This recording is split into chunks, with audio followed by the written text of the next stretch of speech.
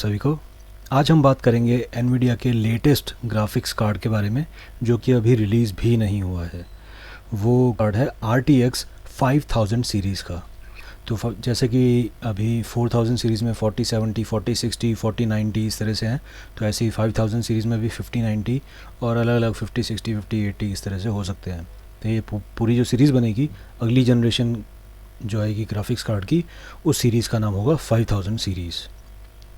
तो ये हर कुछ सालों में नई नई सीरीज़ लेके आते हैं।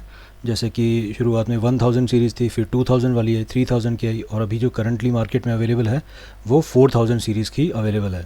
और उसमें जो सबसे टॉप मॉडल का जो कार्ड है उस कार्ड का नाम है वो है RTX 4090। 24 GB का वो कार्ड आता है और काफ़ी अच्छा कार्ड है, सबसे प्रीमियम कार्ड है, सबसे महंगा कार्ड है इनका। तो RTX 5000 सीरीज़ के जो कार्ड हैं ये इस साल के अंत तक या फिर अगले साल की शुरुआत में लॉन्च हो जाएंगे। तो आइए जानते हैं इनके स्पेसिफिकेशंस के बारे में। तो NVIDIA 5000 सीरीज़ जो है ये बनी है एडा लवलेस के आर्किटेक्चर पे। जो आर्किटेक्चर का जो नाम इन्होंने दिया है, तो ये हर कुछ सालों में जो नए कार्ड लेके आते हैं वो नए आर्किटेक्चर पे लेके आते हैं। नया आर्किटेक्चर मतलब जो इनकी ग्राफिक प्रोसेसिंग चिप जो होती है उसका आर्किटेक्चर ये हर कुछ सालों में बदलते रहते हैं। जैसे कि अपन इंटेल में और AMD में भी देखते हैं कि हर कुछ सालों में इनका आर्किटेक्चर बदलता है। पहले 10 नैनोमीटर के होते थे और फिर ये 6 नैनोमीटर पे आ गए, फिर 4 नैनोमीटर पे आ जाते हैं।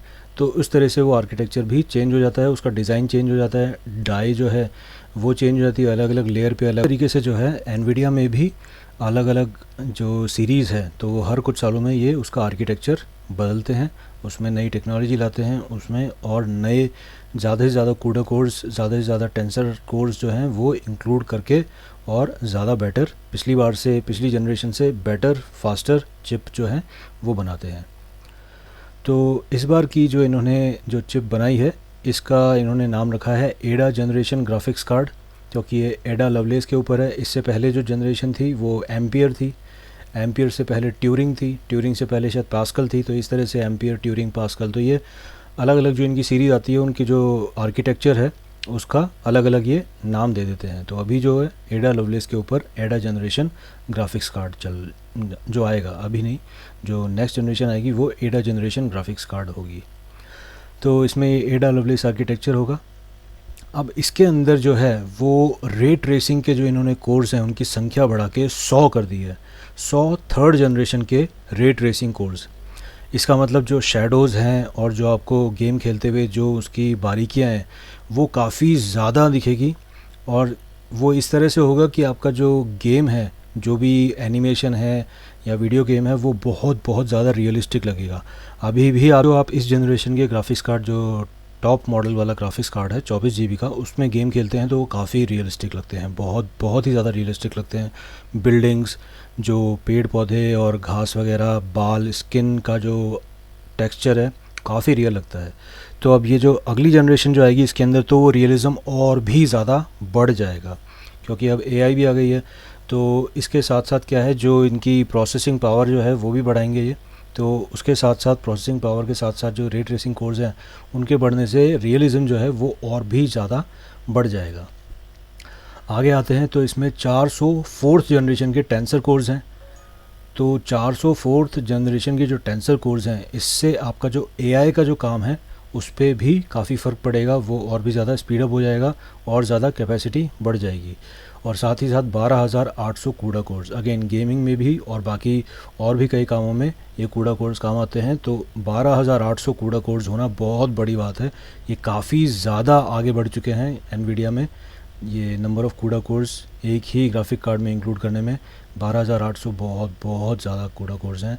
इसकी परफॉर्मेंस बहुत कि ये अगली जनरेशन जो है इसकी परफॉर्मेंस बहुत ज़बरदस्त होने वाली है। और ज़्यादातर चीज़ों में इस जनरेशन और जो अगली जनरेशन जो 5000 वाली सीरीज़ है इसमें डबल हो जाएगी सारी परफॉर्मेंसेस, ज़्यादातर, सारी नहीं लेकिन ज़्यादातर जो परफॉर्मेंस जो इन्होंने टेस्टिंग में निकाली है, तो बेंचमार्किंग करते हुए इनको पता चला कि ज़्यादातर जो चीज़ें हैं वो ऑलमोस्ट डबल हो गई हैं, कई डबल से भी थोड़ी ज़्यादा हो गई है कुछ एक पैरामीटर्स पे। तो ये जो ग्राफिक कार्ड 5000 सीरीज़ का है, ये बिल्कुल 4000 सीरीज़ थी उससे बिल्कुल ज़्यादा डबल है कई मायनों में। इसमें जो मेमोरी है वो भी 24 GB से ज़्यादा की है। इस बार इन्होंने 32 GB की GDDR6 मेमोरी लगाई है। और साथ ही साथ इसके कुछ बेंचमार्क्स इन्होंने हमारे साथ शेयर किए हैं। तो इनकी सीरीज़ के सिंगल प्रेसिजन परफॉर्मेंस जो है वो 65.3 ट्रिलियन फ्लोटिंग ऑपरेशंस पर सेकंड है। 65.3 T flops, trillion floating operations पर सेकंड, काफ़ी ज़्यादा है। इसमें रे ट्रेसिंग कोर्स की परफॉर्मेंस 151 टी फ्लॉप्स आ रही है और टेंसर परफॉर्मेंस 1044 टी फ्लॉप्स। बहुत बहुत ज़्यादा है ये परफॉर्मेंस। तो ये बहुत ही ज़्यादा कमाल की परफॉर्मेंस वाले इन्होंने कार्ड निकाल दिए हैं। ऑब्वियसली इसमें जो 32 GB की DDR6 मेमोरी है वो भी काम आ रही है, लेकिन साथ ही साथ जो इसका जो प्रोसेसर है, ग्राफिक प्रोसेसर जो चिप है, उसकी जो कैपेसिटी है, जो उसकी पूरी परफॉर्मेंस है, वो इन्होंने बहुत ज़बरदस्त बढ़ा दी है। तो आइए इसके बारे में थोड़ा और डिटेल में जानते हैं। यह क्लेम करता है कि जो प्रीवियस जनरेशन के single precision floating point FP32 operations जो होते हैं वो 5000 सीरीज़ में बिल्कुल डबल हो गए हैं। Single precision floating point operations का डबल होना, उसका मतलब होता है कि आपकी जो complex 3D computer aided design जो होती है CAD, तो CAD और कंप्यूटर एडेड इंजीनियरिंग CAE, इन दोनों में ही आपको दुगना फ़र्क नज़र आएगा। इसमें आपको डबल परफॉर्मेंस मिलेगी। जो CAD पे काम करते हैं, CAE पे काम करते हैं, उनको जब ये 5000 सीरीज़ यूज़ करेंगे तो डबल परफॉर्मेंस मिलेगी। ये इनका बहुत बड़ा दावा है इसमें। और साथ ही साथ इनमें इन्होंने रे ट्रेसिंग कोर्स भी बढ़ा दी है। तो रे ट्रेसिंग कोर्स में भी यही कह रहे हैं कि डबल थ्रूपुट मिलेगा पुरानी जनरेशन के ग्राफिक कार्ड से। तो 4000 सीरीज़ के ग्राफिक कार्ड से कंपेयर करो तो आपको डबल थ्रूपुट मिलेगा। इसमें आर्किटेक्चरल डिज़ाइन और evaluations, virtual prototyping, product design या मूवी फिल्म की रेंडरिंग जो एडिटिंग करते हैं वो, और फ़ोटो रियलिस्टिक जो रेंडरिंग करते हैं, जो एनिमेशन वगैरह जो होते हैं, उसमें भी ये रे ट्रेसिंग का फ़र्क पड़ेगा। तो रे ट्रेसिंग कोर्स जो हैं उनको बढ़ाने से ये इन्होंने फ़ायदा बताया है कि इसमें आपकी रेंडरिंग और स्पेशली जो एनिमेशन रेंडरिंग या वीडियो गेम्स की रेंडरिंग है उसमें बहुत ज़्यादा फ़र्क पड़ेगा और उसकी जो विजुअल एक्यूरेसी है वो बहुत बढ़ेगी। मोशन ब्लर आता है इसमें, मोशन ब्लर और साथ साथ थोड़ा नॉर्मल ब्लर जो होता है, जो एक लगना चाहिए कि एक रियलिस्टिक आप सच में ही कुछ असली में रियलिटी में देख रहे हैं, तो वो वाला जो एक एक्यूरेसी है ब्लर वाली, वो रे ट्रेसिंग कोर्स की वजह से और ज़्यादा अच्छी हो गई है। तो वो काफ़ी रियलिस्टिक हो जाएगी अगले 5000 सीरीज़ के अंदर। सीरीज़ के अंदर 4th जनरेशन टेंसर कोर्स लगाए गए हैं। इनकी संख्या भी काफ़ी ज़्यादा है, तो जिसकी वजह से ये 4 गुना AI कंप्यूट परफॉर्मेंस देंगे। ये 4 गुना प्रीवियस जनरेशन से। तो 4000 सीरीज़ से सीधे ही 4 गुना परफॉर्मेंस आपकी बढ़ गई है AI ऑपरेशंस की। तो आपको अपने कंप्यूटर पे AI रिलेटेड जो काम करने हैं, आपको मॉडल्स रन करने हैं, आपको कुछ LLMs रन करने हैं, तो वो आपको काफ़ी ज़्यादा आसानी होगी और काफ़ी गज़ब की परफॉर्मेंस आपको मिल जाएगी। अगर आप वो डेवलप भी करते हैं तो उसमें भी फ़ायदा हो जाएगा। तो हर चीज़ में ये आपको फ़ायदा ही फ़ायदा है, काफ़ी ज़्यादा इसमें फ़ायदा होगा। देखना पड़ेगा प्राइस पॉइंट कितना है, लेकिन मुझे लग रहा है प्राइस पॉइंट इतना ज़्यादा नहीं होगा, लेकिन परफॉर्मेंस जो है ये इन्होंने काफ़ी गुना इस बार जो 5000 सीरीज़ है इसके अंदर काफ़ी अच्छी परफॉर्मेंस ये देखने को हमें मिलेगी, स्पेशली AI के फील्ड में। क्योंकि मैं खुद भी यही एक्सपेक्ट कर रहा था कि AI के पॉइंट ऑफ व्यू से ये GPU जो अगली आएंगे ये AI के पॉइंट ऑफ व्यू से ही बनेंगे और ज़्यादा AI पे फोकस करने वाले होंगे। और जो इन्होंने साबित भी कर दिया, 4 गुना AI परफॉर्मेंस देके, 4 गुना सीधे पिछली जनरेशन से, कोई ज़्यादा 2-3 जनरेशन पहले भी नहीं, सिर्फ 4000 सीरीज़ से कंपेयर करने पे ही 4 गुना ज़्यादा AI कंप्यूट परफॉर्मेंस मिलेगी, जो कि बहुत बड़ी बात है। 5000 सीरीज़ जो है उसमें 8th जनरेशन के डेडिकेटेड हार्डवेयर एनकोडर्स भी हैं, NVENC। तो इससे क्या है, जो स्ट्रीमिंग करते हैं, लाइव स्ट्रीमिंग करते हैं या फिर वीडियो कॉन्फ्रेंसिंग, ब्रॉडकास्टिंग करते हैं, उनके लिए काफ़ी ज़्यादा एफिशिएंसी बढ़ जाएगी, उनके लिए भी काफ़ी फ़ायदा होगा। इसमें कंपनी क्लेम करती है कि 40% ज़्यादा एफिशिएंसी मिलेगी कंपेयर टू H.264 एनकोडर। तो जो यूज़र स्ट्रीमिंग करते हैं 1080p में, तो वो 1440p में स्ट्रीमिंग कर पाएंगे, सेम बिट रेट और सेम क्वालिटी पे रखते हुए बाकी सारी चीज़ें। तो ये काफ़ी इन्होंने NVIDIA RTX virtual workstation software भी दे रहे हैं, उसका भी सपोर्ट कर रहे हैं ये 5000 सीरीज़ में। तो उसमें आपका जो पर्सनल वर्कस्टेशन है उसको आप multiple high performance virtual workstation बना सकते हैं। उसके अंदर ही आप 5-10 जितने भी बनाने चाहें आप वर्चुअल वर्कस्टेशन के इंस्टेंसेस, वर्चुअल वर्कस्टेशन बना सकते हैं। तो एक कंप्यूटर 10 कंप्यूटर की तरह काम करेगा, उसके अंदर आप 10 अलग अलग जो टास्क्स हैं हर छोटे सब वर्कस्टेशन पे वो एग्जीक्यूट कर सकते हैं पैरेलली। तो ये जो कोडिंग में या फिर जो डेवऑप्स के अंदर जो काम करते हैं उनको समझ में आएगा, उनसे रिलेटेड है।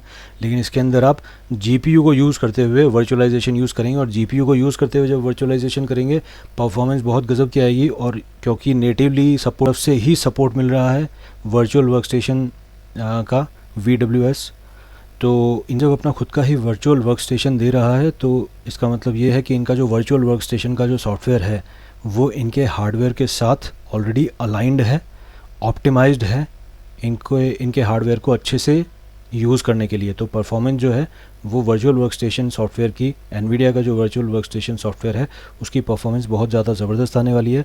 और जिनको पैरेलली काफ़ी सारे टास्क्स एग्जीक्यूट करने हैं अलग अलग वर्कस्टेशन बना के, कंटेनर्स बना के, तो वो जो है वो आप आसानी से कर पाएंगे अपने ग्राफिक प्रोसेसिंग यूनिट की मेमोरी और उसके सारे जो कोर्स वगैरह जितने भी उसके अंदर हार्डवेयर है उसको यूज़ करते हुए। तो ऑब्वियसली आपके CPU से ज़्यादा परफॉर्मेंस आपका GPU देगा, और आप एक ही कंप्यूटर पे बहुत ही सारे मल्टीपल वर्कस्टेशंस यूज़ कर पाएंगे, एग्जीक्यूट कर पाएंगे। तो ये पैरेलल कंप्यूटिंग में बहुत ज़्यादा फ़ायदा होगा जो भी ये इस तरह का काम करते हैं उनके लिए। जनरेटिव AI में तो ओवरऑल जो इसका मैं निष्कर्ष यही निकालूंगा कि ये सारे ही जो NVIDIA की 5000 सीरीज़ निकाली है ये इन्होंने सभी को संतुष्ट करते हुए निकाली है। इन्होंने सभी की ज़रूरतें पूरी की है और बहुत ज़्यादा अच्छे से ही की है। चाहे आप 3D मॉडलिंग करते हो, रेंडरिंग करते हो, वीडियो गेम्स का काम करते हो, वीडियो गेम बनाते हो या एनिमेशन करते हो, वीडियो कंटेंट बनाते हो या आप स्ट्रीमिंग करते हो, या फिर आप जनरेटिव AI पे काम करते हो, डेटा विजुअलाइजेशन करते हो, सिमुलेशन पे काम करते हो, आप सभी को कम से कम 2 गुनी एफिशिएंसी मिलेगी, कम से कम 2 गुनी परफॉर्मेंस मिलेगी सीधे प्रीवियस जनरेशन 4000 सीरीज़ से कंपेयर करने पे। तो ये एक बहुत बड़ा एक जंप है, क्योंकि double the performance of the previous generation ये कई बार नहीं आता है। ये मतलब बहुत कम बार ऐसा होता है कि कोई कंपनी एक ऐसा प्रोडक्ट बना रही है जो अपनी प्रीवियस जनरेशन से सीधे ही डबल परफॉर्मेंस दे रहा हो। तो 5000 सीरीज़ के बारे में मैं यही एक्सपेक्ट करता हूँ कि ये इंस्टेंटली हिट हो जाएगी। आते ही मार्केट में काफ़ी लोगों की डिमांड बढ़ जाएगी, क्योंकि जिस तरह की इन्होंने परफॉर्मेंस बता रखी है तो इससे यही साबित होता है कि लोग इसको प्री बुक काफ़ी ज़्यादा करा के रखेंगे और मार्केट में आने से पहले ही या तो ये ख़त्म हो जाए, फिर मार्केट में आते ही जल्दी से ये काफ़ी लोग इसको ख़रीदना शुरू करके ख़त्म कर ही देंगे। तो देखना पड़ेगा बस ये मार्केट में कब आती है, क्योंकि अभी तक भी डेट इन्होंने फ़िक्स नहीं की है। टेंटेटिव है कि शायद 2024 के आखिर तक, अंत तक आए, या फिर हो सकता है कि 2025 के शुरुआत में आए। तो ये फ़िक्स नहीं है। तो जो भी कंपनी का मैटर है वो कंपनी ही जाने, लेकिन इसको हम फॉलो करते रहेंगे, क्योंकि पूरा विश्व जो है NVIDIA के अगले ग्राफिक कार्ड की तरफ बहुत टकटकी लगा के देख रहे हैं, क्योंकि AI का ज़माना है और सभी, चाहे वो CPU कंपनी हो, चाहे GPU कंपनी हो, चाहे और कोई कंपनी हो, ऑपरेटिंग सिस्टम्स वाली कंपनियां हो, तो वो सभी लोग अपने प्रोडक्ट्स के अंदर बहुत ज़बरदस्त, बहुत बड़े बदलाव लेके आ रहे हैं, और वो परफॉर्मेंस ऑप्टिमाइजेशन और ज़्यादा एफिशिएंसी और ज़्यादा परफॉर्मेंस आउटपुट पे बहुत ज़्यादा ज़ोर दे रहे हैं। तो अब जो अगली जनरेशन जो आएगी किसी भी प्रोडक्ट की, चाहे वो ऑपरेटिंग सिस्टम हो, चाहे हार्डवेयर हो, चाहे सॉफ्टवेयर हो, उसके अंदर काफ़ी बड़ा जंप लगाने की कोशिश कर रही है सारी ही कंपनियाँ। तो इसीलिए जो भी ये प्रोडक्ट्स हैं इनकी जो अगली जनरेशन आती है, इनमें सभी को ध्यान रखना पड़ेगा, क्योंकि जो भी अच्छे प्रोडक्ट्स हैं तो वो बिल्कुल उनको मिस नहीं करना चाहिए, क्योंकि अब एक्चुअली में थोड़ा मार्केट कॉम्पिटिटिव हो रहा है और प्रोडक्ट्स जो हैं वो सच में काफ़ी ज़्यादा अच्छे आ रहे हैं, और कंपनियां भी जो हैं वो थोड़ी सी मार्केट में एक कंपटीशन के साथ जो है उतर रही हैं कि भाई मुझे ज़्यादा बेटर बनाना है या मुझे ज़्यादा बेटर बनाना है। फ़ायदा अंत में जो है वो कंज्यूमर का ही होना है। तो आशा करता हूँ आपको इसमें एनवीडिया के अगले जनरेशन के ग्राफिक प्रोसेसिंग यूनिट के बारे में काफ़ी महत्वपूर्ण जानकारी मिली होगी। और कोई इसमें डेवलपमेंट्स आते हैं, कोई नई जानकारी आती है तो मैं आपके साथ ज़रूर वो शेयर करूँगा। तो आशा करता हूँ आपको ये वीडियो पसंद आया होगा। आपने अपना महत्वपूर्ण समय दिया, उसके लिए बहुत बहुत धन्यवाद। आपका दिन शुभ रहे।